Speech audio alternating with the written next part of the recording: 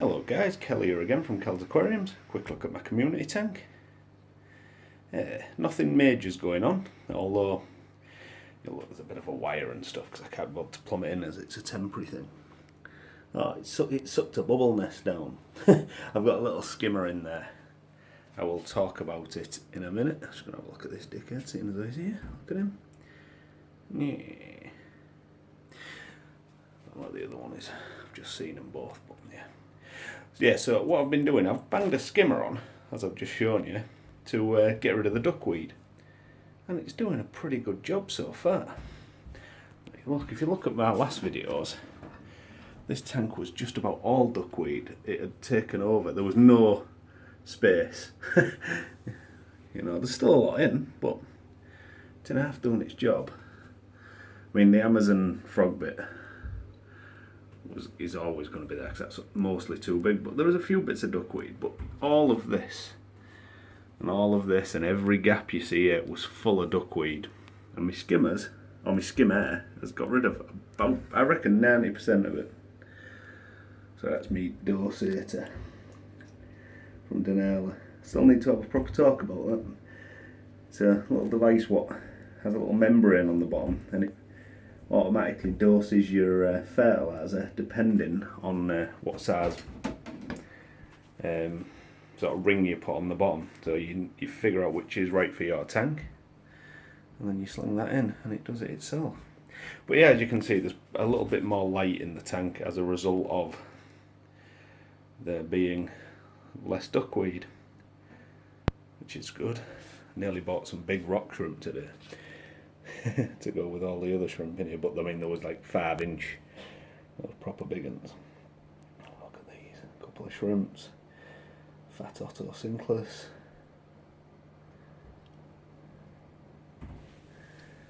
Look, there's the fattest of the Otto Sinclair. Oh, I've got a bit of, should have cleaned my glass, I've actually got a bit of action on it. I literally clean my glass like once every 3 or 4 months. So, I don't do bad.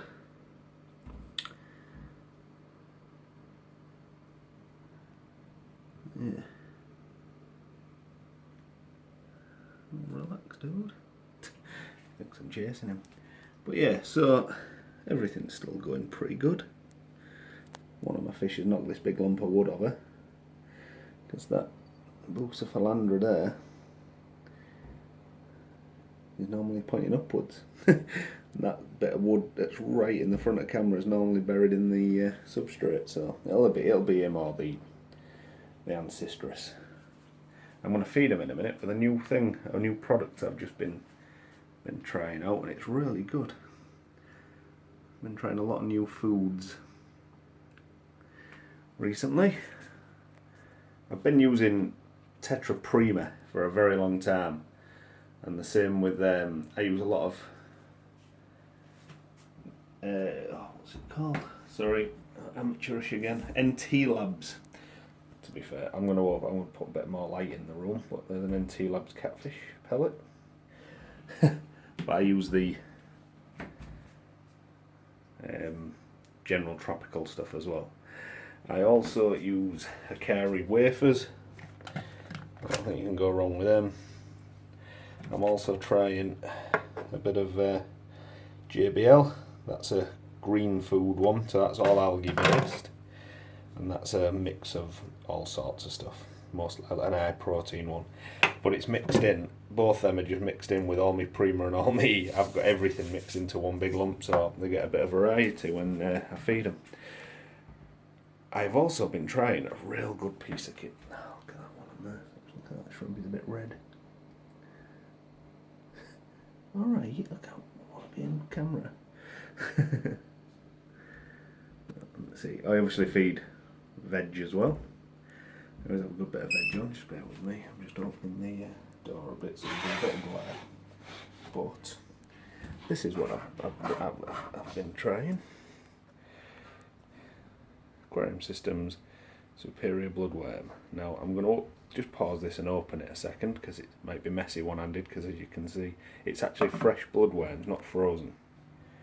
So back in the room you get a fork, you get a spork or a foon, whichever way you look at it, and look, they just get they're apparently guaranteed no pests or no disease or anything. It's got a thing of worms, so I'm going to just pause it for 1 second and put a few in and then come back. Because I'm going to throw them all over my floor otherwise. That's the only reason I'm pausing it. I don't want worms on the floor. So, back in the cell, I'm just closing the doors. There's going to be some real kicking off now. There's a lot of bloodworms coming in. See the gourami actually just nailing them one after another. But I've put a lot in. You might think, oh, he's put too many in. But when you actually see how many Corydoras are in this tank and the size of them, I mean, these are a good 2.5 inch. The big ones are anyway. Little ones are about 1 inch and a bit. But there ain't just them, there's all the other ones. So there's a lot. Oh, look at him, he's a fat mess, him. But yeah, so some of the other Corys are coming out the back. So there is just constantly nailing them. But yeah, there's a lot of big Corys in there. So I want to feed them well. I clean my water and filters enough that it's not a problem. That big fat mess does a lot of them in as well. Even these shrimps up here, I'll have a go on them if they get hold of one. But yeah, so I've slung them in, and all of them have hit the ground, so they'll be getting done in now by these fatheads down here. Watch him suck one up, look.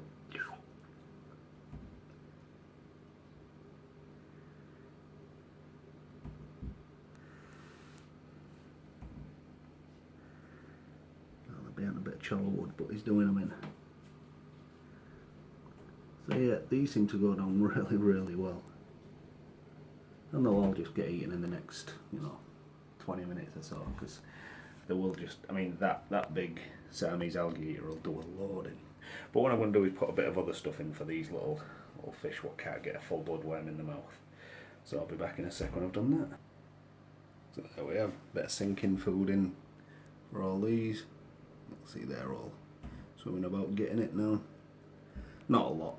Look at that little fathead with a massive worm out of his mouth. What a dick. But yeah, just a quick look at the tank and all the guys in it.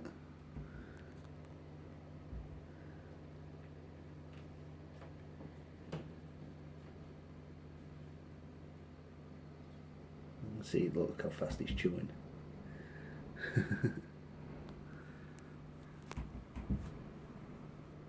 But yeah, so look at him, it's too big for you.